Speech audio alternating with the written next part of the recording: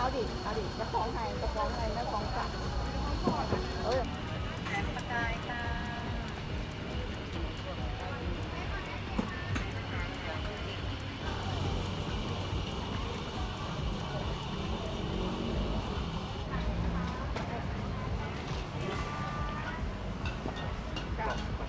อันนี้หวานผมก่อนจ้าอันนี้น้องโมนี่กินก่อนได้เลยนะจ๊ะไข่ดาวไข่ต้มไหมคะไข่ดาวไม่เอาน้ำ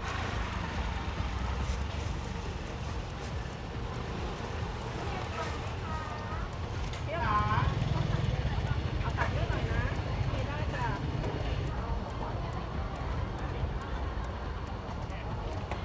อันนี้น้อง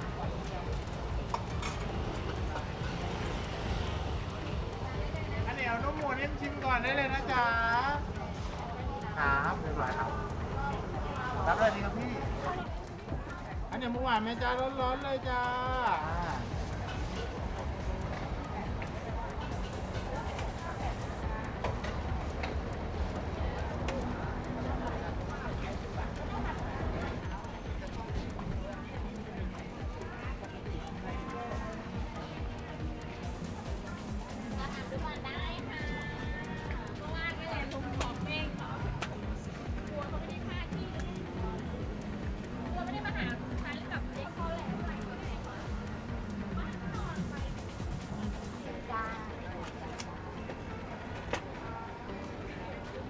เย็บเลย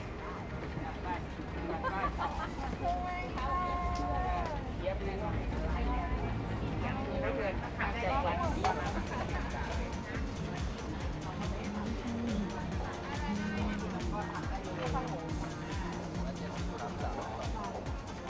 ูกลอกสายผ่าแล้วนะครับ แล้วก็หวานกรอบจากเอาของหลัง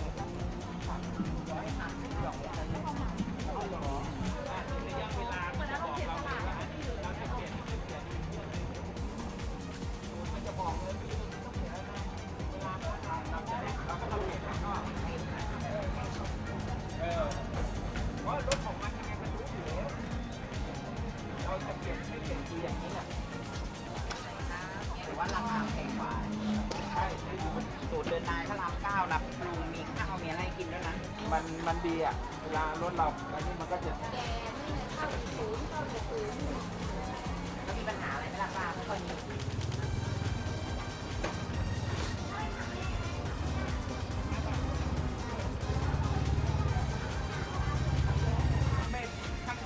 มึงลองไปเข้าข้างนอกดูดิมันไม่ได้เช็คอะไรให้มึงหรอก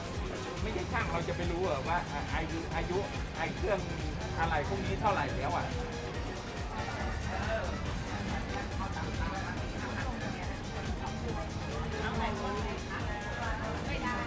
ไปเลยป้านั่นแหล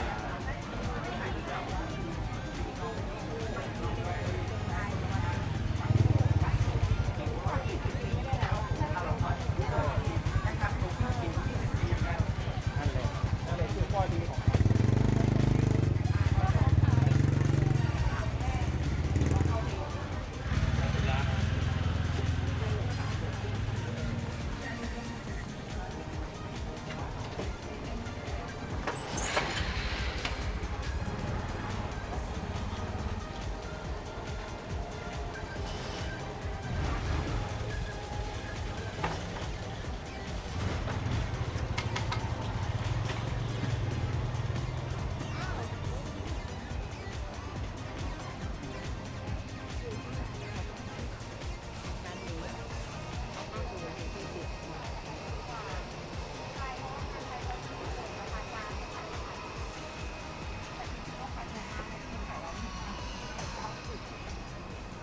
อันนี้70 ค่ะ50เท่ากัน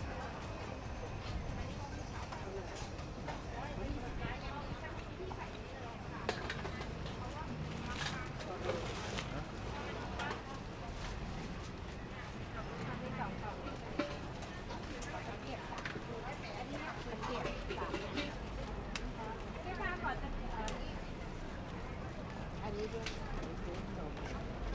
โมดูได้ด้วย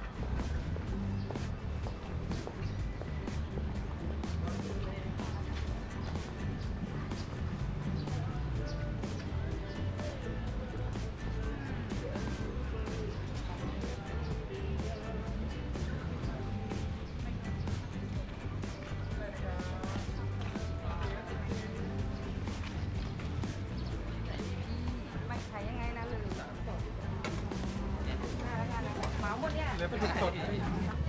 เดี๋ยวผมแยกถุงมาให้นะยังไม่แยกน้ำให้นะ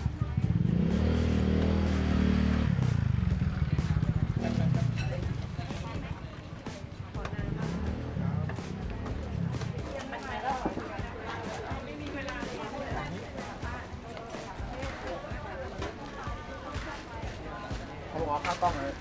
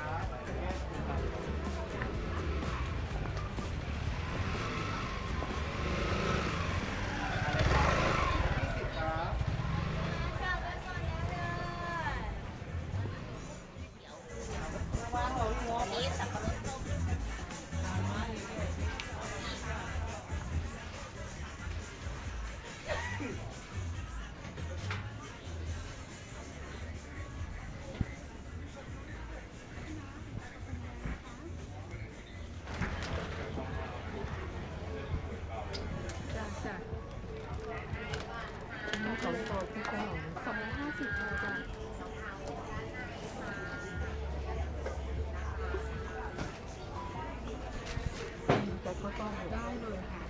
ได้เลยตักหางเนาะ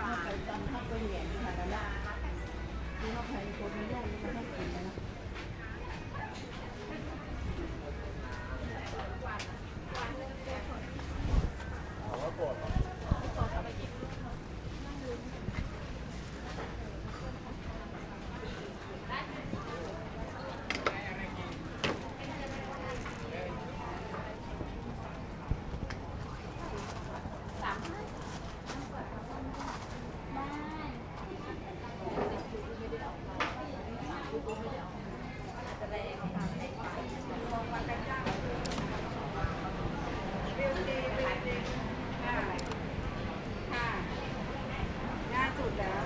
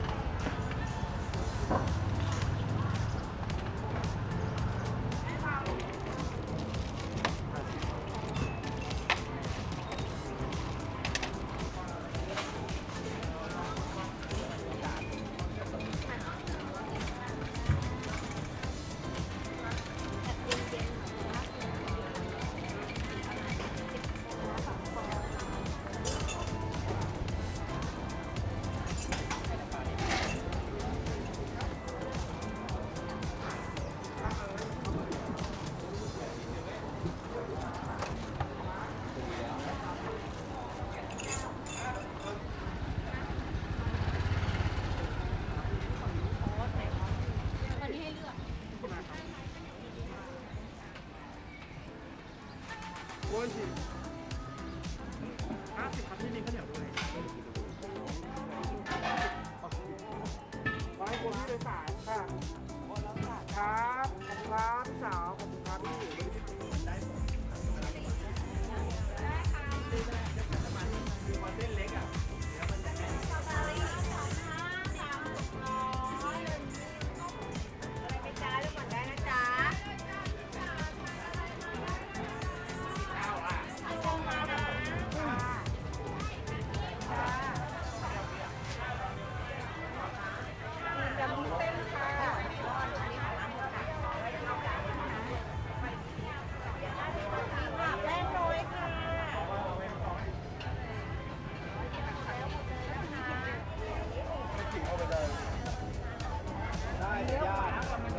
นี้เท่าไหร่แหนมเนือง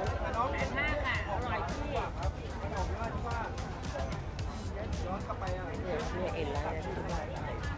เอาเดินไปก่อน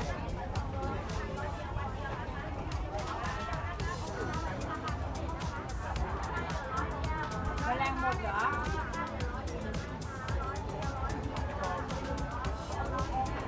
ดอกจอกร่มเกล้าเลยนะ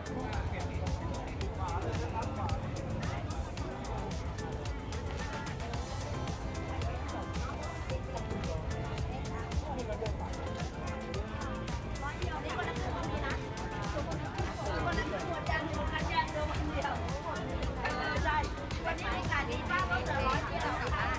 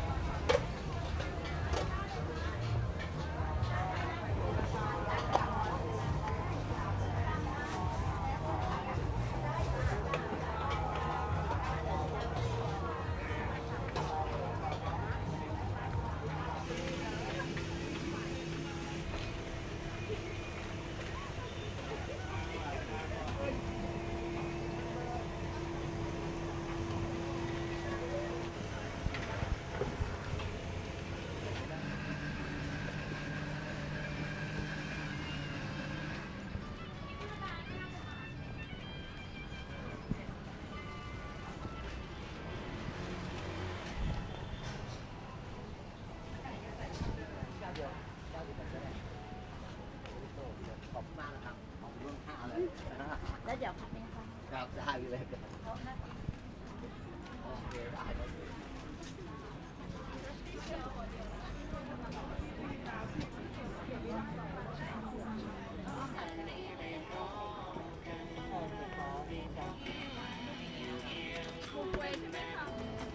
ฟังร่างไปพร้อมกันฟังร่าง จากนั้